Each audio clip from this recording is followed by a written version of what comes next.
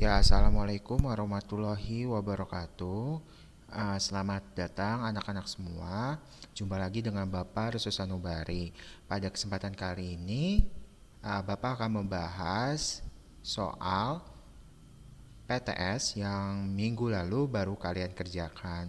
Nah, kenapa Bapak menyampaikan lewat video? Karena memang pertemuan kita kan dibatasi untuk pemakaian Zoom ya. Jadi pada kesempatan kali ini khusus istimewa untuk kelas 72, Bapak akan menyampaikan pembahasan soal PTS melalui video ini. Nah, sebelumnya Bapak ingin memberitahu bahwa dalam pembahasan soal ini tidak bisa Bapak jelaskan semua soal ya karena terbatasnya waktu, sehingga Bapak akan membahas soal beberapa soal yang menurut Bapak banyak dari kalian yang salah menjawab. Ya, kita langsung mulai dari soal yang pertama.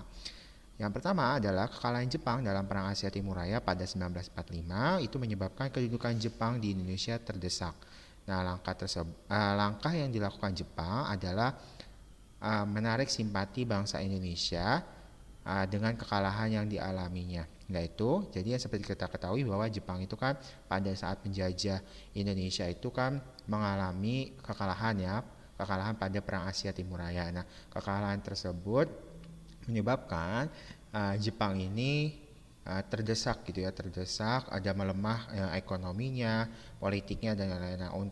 Nah, untuk mencegah agar Indonesia itu tidak diambil atau dijajah kembali oleh penjajah sebelumnya, oleh Belanda ataupun oleh sekutu ya, karena pada saat itu Jepang masih membutuhkan sumber daya alam di Indonesia, sehingga Jepang harus tetap nih mempertahankan Indonesia. Nah, tetapi menarik bangsa Indonesianya dengan cara menarik simpatinya dan menjanjikan kemerdekaan, yang mana hal tersebut diwujudkan dengan membentuk suatu organisasi persiapan kemerdekaan yang disebut dengan BPUPKI. Jadi jawaban nomor 1 C. Lanjut ke soal nomor 2, para perumus dasar negara ini menerima perubahan sila pertama pada Piagam Jakarta.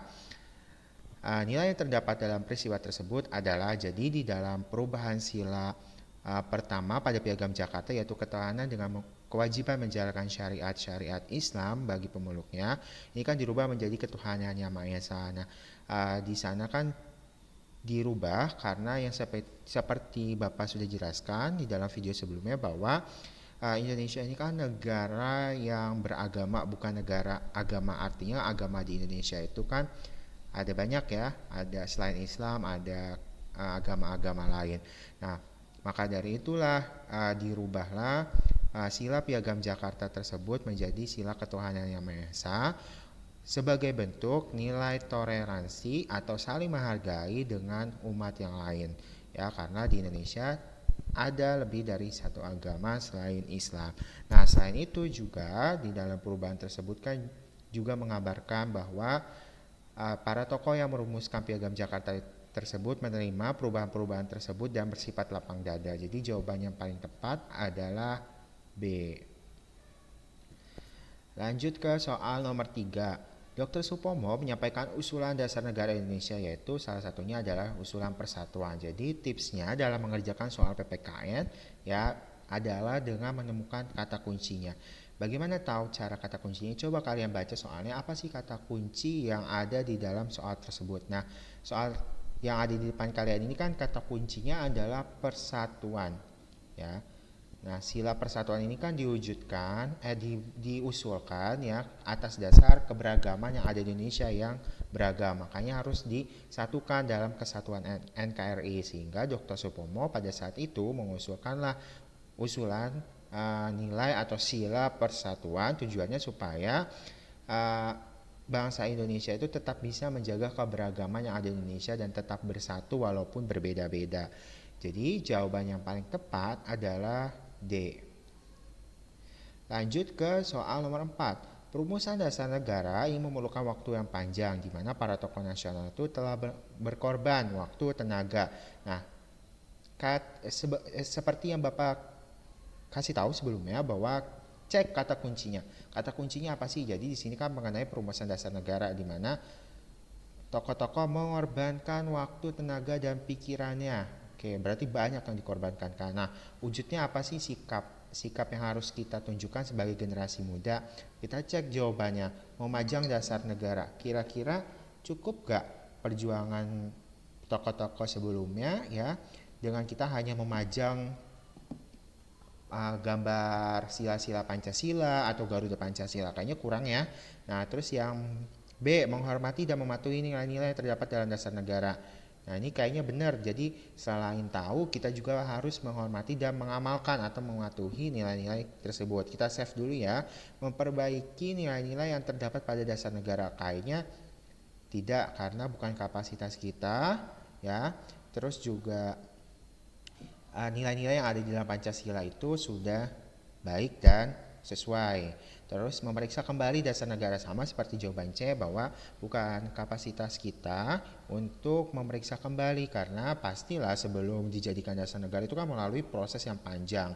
Pasti sudah diperiksa berkali-kali, diperbaiki kata perkataannya supaya sesuai. Nah, itu kan juga seperti tadi Piagam Jakarta ya, sila pertamanya dirubah, itu kan pasti sudah memikirkan banyak hal. Jadi kayaknya ini sudah dilakukan ya, pilihan C dan D. Jadi jawaban yang paling tepat adalah B. Lanjut ke nomor 5, nilai kemanusiaan yang adil dan beradab. Nah, nomor 5 ini kan membahas mengenai kemanusiaan. Kata kuncinya, ingat kata Bapak, kata kunci kemanusiaan. Berarti kita tinggal cari nih jawaban yang sekiranya terkait dengan nilai-nilai kemanusiaan atau manusia ya yang beradab. Kita cek nomor A, huruf A. Jawaban A, menjadi manusia yang menjunjung tinggi. Oh, ada manusianya dan menjunjung tinggi. Wah, benar. Coba kita save dulu ya. Mengalah demi mewujudkan persatuan. Nah, persatuan, kemanusiaan yang adil dan beradab itu kan sila kedua. Nah, kalau persatuan itu adalah sila ketiga.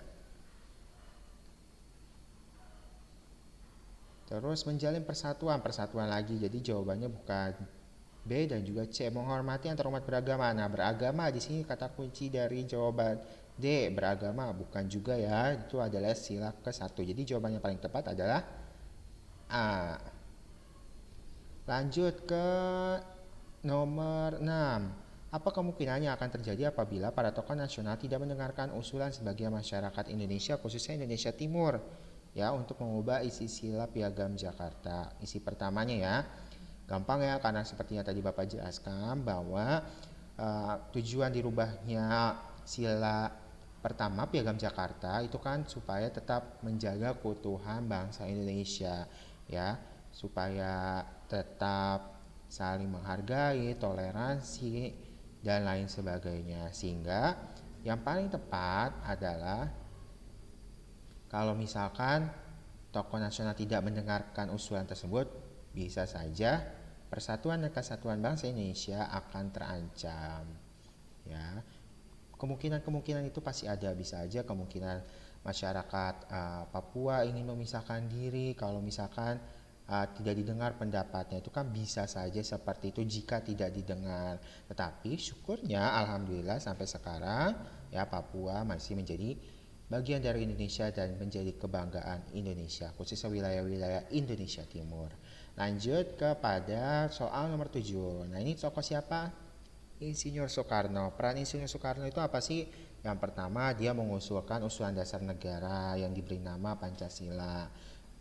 Terus Soekarno merupakan orang ketiga ya yang menyampaikan usulan dasar negara, dan dimana sila-silanya itu ya ada beberapa ya yang paling kita ketahui bahwa Insinyur Soekarno menyampaikan usulan mengenai sila ketuhanan Yang Maha Esa. Jadi jawabannya adalah D. Lanjut ke nomor, nah ya ini nomor 11, coba ya nomor 11. Keterangan yang benar berkenaan dengan panitia persiapan kemerdekaan Indonesia ditunjukkan oleh angka.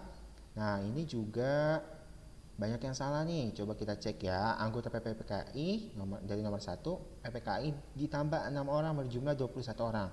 Nah, ini kurang tepat karena jumlah anggota PPKI itu 21 orang ditambah 6 orang lagi ya, menjadi 27. Jadi 1 kita buang.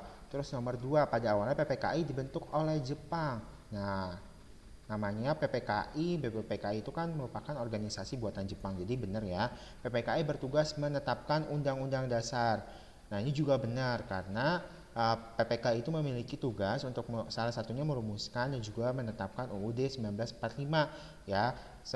Seperti yang kita ketahui pada 18 Agustus ya kan disahkan bersamaan dengan pembukaannya ya, di mana dalam pembukaan tersebut terdapat juga dasar negara. Terus presiden dan wakil presiden pertama siapa? Insinyur Soekarno dan Muhammad Hatta itu merupakan ketua dan wakil ketua PPKI. Nah ini benar juga, jadi 4 benar, 3 benar, terus 2 benar. Jadi jawabannya 2, 3, 4 B.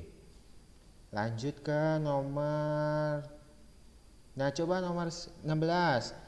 Istilah lain dari BPPKI adalah gampang ya. Dokuritsu Jumbi Chosakai. Kalau Dokuritsu Jumbi Inkai itu apa? Itu PPKI. Kalau Biju Hokage, nah itu mah anime ya, bukan materi kita. Lanjut ke nomor 18, ini adalah kegiatan pramuka, di mana dalam kegiatan pramuka kan banyak aktivitasnya, mengajarkan nilai disiplin, terus toleransi, kerja keras, dan di mana nilai-nilai tersebut itu menggambarkan sikap patriotisme. Lanjut kepada nomor 38. Nah, baru-baru ini sekolah menerapkan peraturan baru di mana setiap siswa selama jam pelajaran itu harus ngumpulin HP nih kepada wali kelas. Nah, tetapi Andri nggak ngumpulin HP ke kelas pada saat belajar. Nah, ternyata si Andri itu saat diberikan informasi ada peraturan baru tidak boleh bawa HP, ternyata dia nggak masuk, sakit. Nah, dan dirawat selama 2 minggu. Kira-kira tindakan Andri ini kan merupakan pelanggaran norma yang disebabkan oleh apa? Oleh proses sosialisasi yang tidak sempurna, karena saat Andri tidak masuk ternyata dia tidak tahu, berarti tidak diinformasikan oleh pihak sekolah sehingga tidak sempurna lah proses sosialisasinya. Lanjut ke nomor 40. Diki merupakan anak dari keluarga yang kurang mampu. Lingkungan kumuh di mana orang tuanya adalah pengumpul barang bekas. Nah, adik Andri ini ngeluh lapar ya karena belum makan 2 hari. Nah, Diki ini minta uang. Nah, tetapi kata orang tuanya nggak punya uang gitu kan, karena belum laku nih barang bekasnya, belum dijual. Nah, terus akhirnya Diki nekat curi roti di warung dekat rumahnya. Nah, itu kan merupakan pelanggaran norma hukum. Nah, kira-kira apa faktornya? Udah jelas ya bahwa faktornya adalah kebutuhan ekonomi. Karena di sini sudah jelas bahwa Diki ini karena orang tuanya kurang mampu sehingga dia nekat untuk mencuri.